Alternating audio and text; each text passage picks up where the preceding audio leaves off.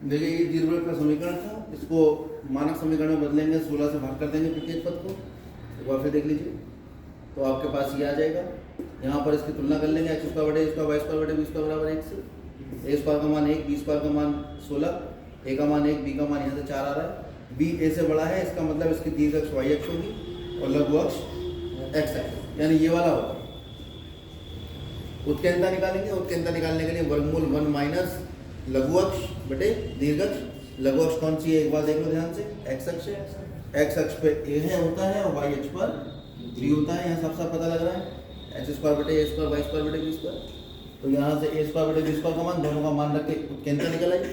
फिर नाभि निकालेंगे, नाभि वाई अक्ष पे स्थित होगी क्योंकि दीर्घ अक्ष कौन सा अक्ष है, वाई अक्ष है। वाई अक्ष पे एक्स निर्देशांक 0 होता है और बाद में हमेशा बी आता है, ऐसे याद रखेंगे।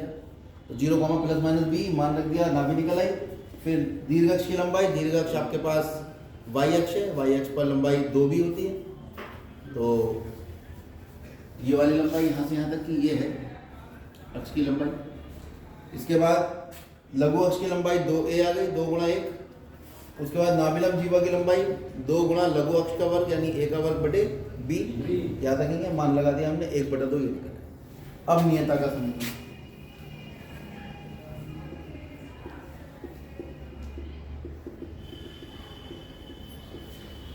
वो होता है y बराबर प्लस माइनस बी बटा, y बराबर प्लस माइनस b का मान हमारे पास है 4 और e का मान है वर्गमूल 15 और बटे का जो है वो ऊपर पहुंच जाएगा यानी 4। तो 16 बटे वर्गमूल 15, और सब जानते हैं कि वर्गमूल में बटे में छोड़ा नहीं जाता है, तो ये 16 बटे 15 वर्गमूल 5, y का मान आ गया यानी 15y माइनस 16 वर्गमूल 15 बराबर, ठीक है। या यहाँ से भी हो सकता है वर्गमूल 15 माइनस 16 बराबर 6, यहाँ से भी कर सकते हैं क्योंकि बटे में तो रहेगा नहीं ना, फिर तो गुणा कर देंगे तो कहाँ रहेगा। तो आपके पास आएगा वर्गमूल y वर्गमूल 15y बराबर प्लस माइनस 16, तो वर्गमूल 15y बराबर 16 या वर्गमूल 15y बराबर माइनस 16।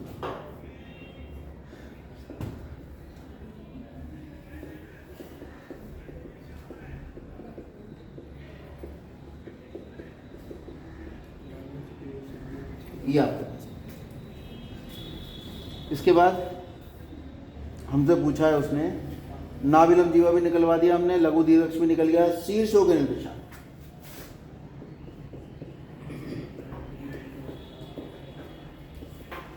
शीर्षों के जो निर्देशांक होंगे, तो शीर्ष कहाँ स्थित होंगे, जब दीर्घ अक्ष आपके पास वाई अक्ष है तो शीर्ष भी वाई अक्ष पे होंगे, और शीर्ष होते हैं 0, प्लस माइनस, ठीक है। एक बार जो व्यक्ति बड़ा सा दीर्घवृत्त बना के याद रख लेगा, कुछ भूलने के लिए होता ही नहीं है इसमें। भाई ये हमने मान लो दीर्घवृत्त बना दिया,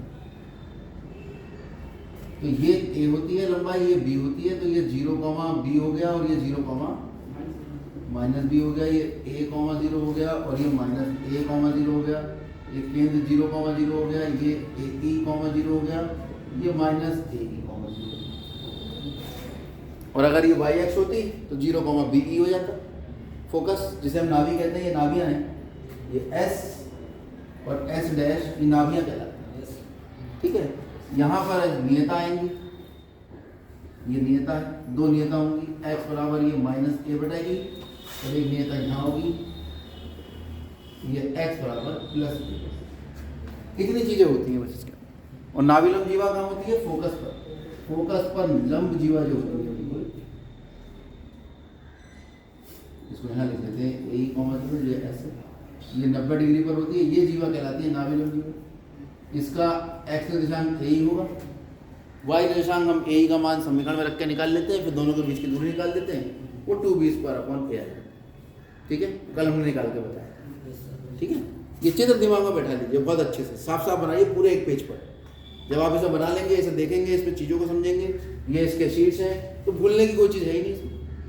जब ये 0, 0 है और ये लंबाई a है, तो ये a, 0 ही होगा ना, तो ये तो शीर्ष हुआ कौन से अक्ष पर, अगर हमारे पास दीर्घ अक्ष x अक्ष, और दीर्घ अक्ष अगर वाई अक्ष होती तो 0 कॉमा भी और 0 कॉमा माइनस भी शीर्ष होते। ठीक है, चलिए अब आप सारे क्वेश्चन खुद करेंगे। हमने दोनों तरीके का आपको करा दिया, जिसमें एक्स अक्ष दीर्घ अक्ष होती है वो भी करा दिया, और जिसमें वाई अक्ष दीर्घ अक्ष होती है वो भी करा दिया। अब हम बात करेंगे स्थितियों पर। अभी तक हमें समीकरण दी थी, और समीकरण से हम समीकरण की तुलना करते थे, ए बी का मान निकालते थे, वहाँ से ई का मान निकालते थे, और फिर सारी चीज़ें निकालते। अब हमें इनमें से कोई चीज़ दी होगी, या तो केंद्र दिया होगा, नाभि दी होगी, नेता दी होगी, और फिर हमें निकालना पड़ेगा समीकरण। अब उल्टा चलेंगे इसका, ऐसे ही हमने वहाँ किया था परवलय में, ठीक है, ऐसे ही हमने वृत्त में किया था। मिटा दें इसको, याद रहेगा? किताब में भी बना हुआ है, हमने भी बनवाया है। बुक में बस इतना होगा कि जहाँ सी लिखा है, ठीक है, वो सी को आप मान लेंगे कितना, ए बटा ई। ठीक है,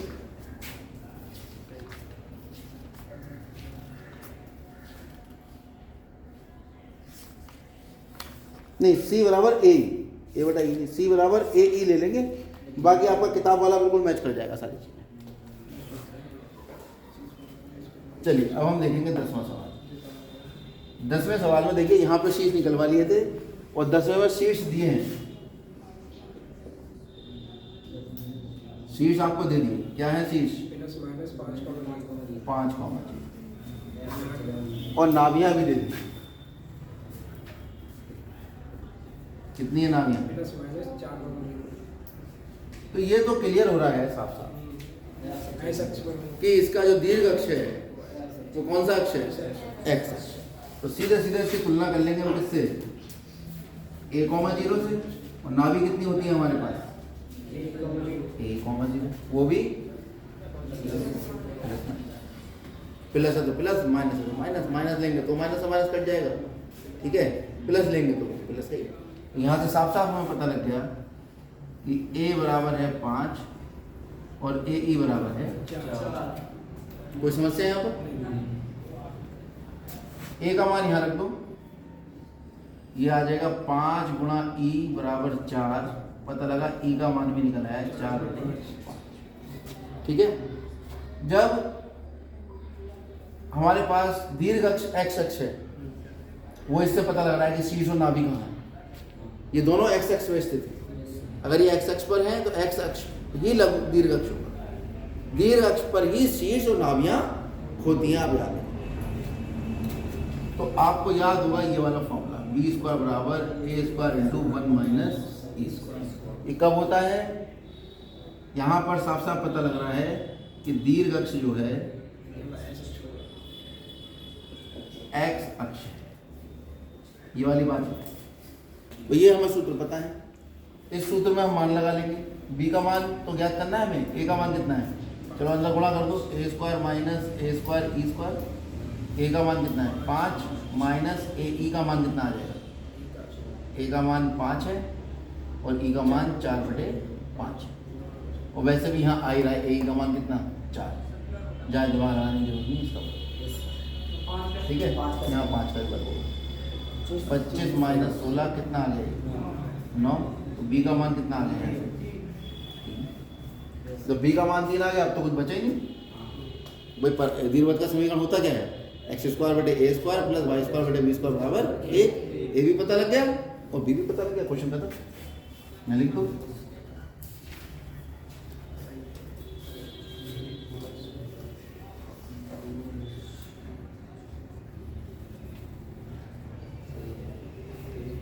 समीकरण दीर्घवृत्त का ये रहता है, चाहे उसका लघु अक्ष और दीर्घ अक्ष कुछ भी हो, कितने परिवर्तित हो जाए। ठीक है, कुछ किताबों में क्या करते हैं वो कहते हैं भाई दीर्घ अक्ष को ए मानो और लघु को बी मानो, और अगर दीर्घ अक्ष वाई अक्ष हो जाए तो फिर बी की जगह ए लिख दो और ए की जगह बी लिख दो। वो फिर सारे फॉर्मूले बदलने पड़ते हैं, या तो यहाँ बदल लो या वहाँ बदल लो। ठीक है, तो ये वाली विधि ठीक है जो आपको बताइए। एक्स स्क्वायर बटे ए स्क्वायर का मान कितना आएगा? 25 प्लस वाई स्क्वायर बटे बी स्क्वायर का मान 9 बराबर 1। और देखते हैं अभी आगे, मुश्किल तो नहीं लगा? और अगर ये हमें उस विधि से करना हो कि वेरिएबल बिंदु जो हमने एक विधि बताई थी कि नियता पर डाला गया लंब बराबर उसकी फोकस से दूर, तो नियता का समीकरण निकालेंगे, फिर उस पर लंब डालेंगे। या फिर एक निश्चित बिंदु जो चल रहा है वो इस तरह चल रहा है कि उसके दो निश्चित एक वेरिएबल बिंदु चल रहा है, उसकी दो निश्चित बिंदुओं से दूरी का योग 2a के बराबर रख देंगे, तब भी आपके पास ये समीकरण निकल आएगा।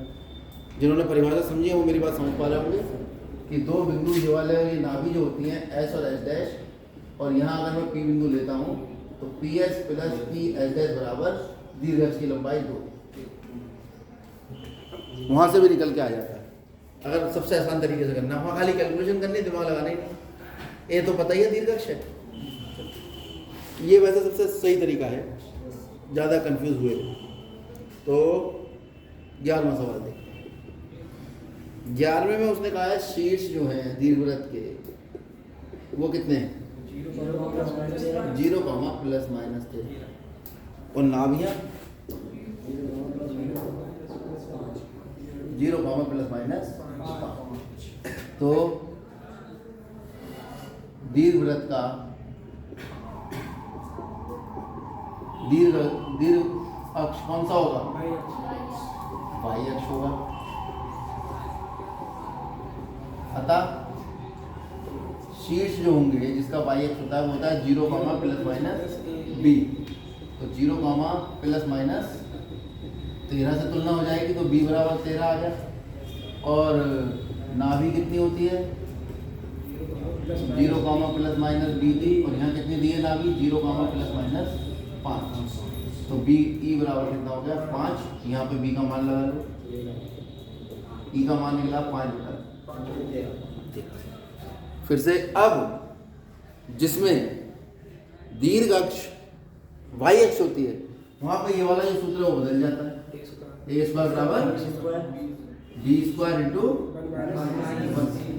यहाँ कोई परिवर्तन नहीं, हमेशा जो ये बराबर आता है वो लघु अक्ष के बराबर आता है, ये याद रखना। और नाभि लंब जीवा की लंबाई में भी ऊपर लघु अक्ष आता है, तो लघु को याद रखो बस कि लघु से चलना है, ठीक है। तो लघु अक्ष का वर्ग, लघु अक्ष तो अब x अक्ष हो गया, a का वर्ग बराबर b स्क्वायर बराबर ही, अंदर गुणा करोगे b square e square, b का वर्ग हो गया। b का मान कितना है? 13 का वर्ग, b e का मान 5 का वर्ग, 144। a का मान कितना आ गया? खत्म हो गया। दीर्घवृत्त का समीकरण तो यही होता है।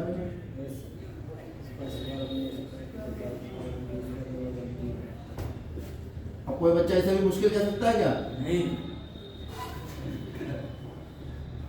12 का वर्ग 144 प्लस 170 और b का वर्ग 13 का वर्ग 170, ठीक है। आगे बढ़ते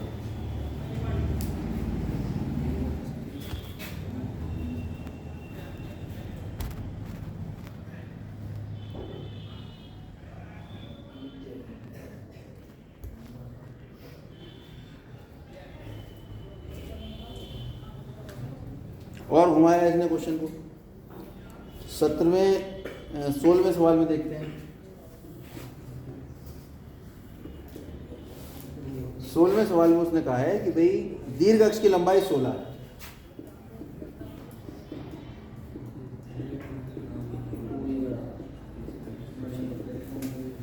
और क्या दे दिया?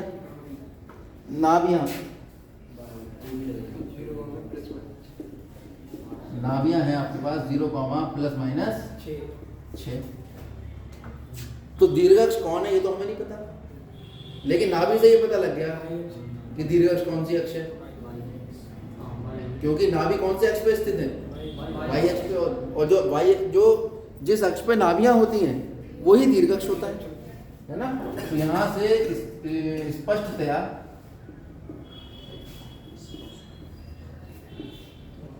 दीर्घ अक्ष कौन सा अक्ष होगा? y अक्ष होगा। और जैसे ही दीर्घ अक्ष y अक्ष होगा तो कल हमने पूरे चार्ट भी आपको बता दिए थे, है ना। एक तरफ डंडा खींच के बताया था कि भाई ये इधर आप चित्र बनाओ x अक्ष वाले का, इधर बनाओ जिसका दीर्घ अक्ष y अक्ष है, और इधर लिखवाया था नाभियां लिख दो, और नाभिलम जीवा की लंबाई, शीर्ष, सारे आपने चार्ट बना लिए होंगे। तो दीर्घ अक्ष अगर वाई अक्ष है तो यहाँ से वाई अक्ष पर जो नाभियाँ होती हैं वो कितनी होती हैं, 0, ±BE, और हमें कितनी दी है 0, ±6, तो BE किसके बराबर आ गया। अब इसने जो दिया है दीर्घ अक्ष की लंबाइयाँ, तो ये 2A का मान है या 2B का मान है, 2B का मान है, क्योंकि दीर्घ अक्ष तो 2B है, पता लग गया। तो स्पष्टतया छोड़ो स्पष्टतया, ठीक है, 2B बराबर 16। क्यों, क्योंकि ये आपकी क्या है दीर्घ अक्ष की लंबाई। ये मैंने शॉर्ट में लिखवा दिया ताकि आपको याद है। तो B का मान कितना आ गया है इसे 8। अब यहाँ पर रखो 8E बराबर 6, तो E बराबर 2/4 3/4। अब हमें मालूम है कि दीर्घ अक्ष वाई अक्ष है, तो लघु अक्ष का वर्ग बराबर होगा B² × 1 - E², है ना। ये तो सूत्र याद ही रखना है। मान लो B का मान है 8, 1 -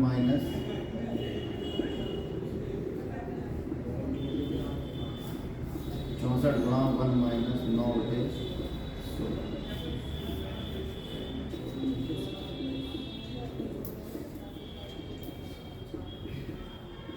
16 × 4 = 64, 7 × 4 समीकरण तो निकालना है। ए के वर्ग की जरूरत है तो ए क्यों निकालेंगे हम, खाली उसने ये तो पूछा समीकरण बताओ। तो दीर्घवृत्त का समीकरण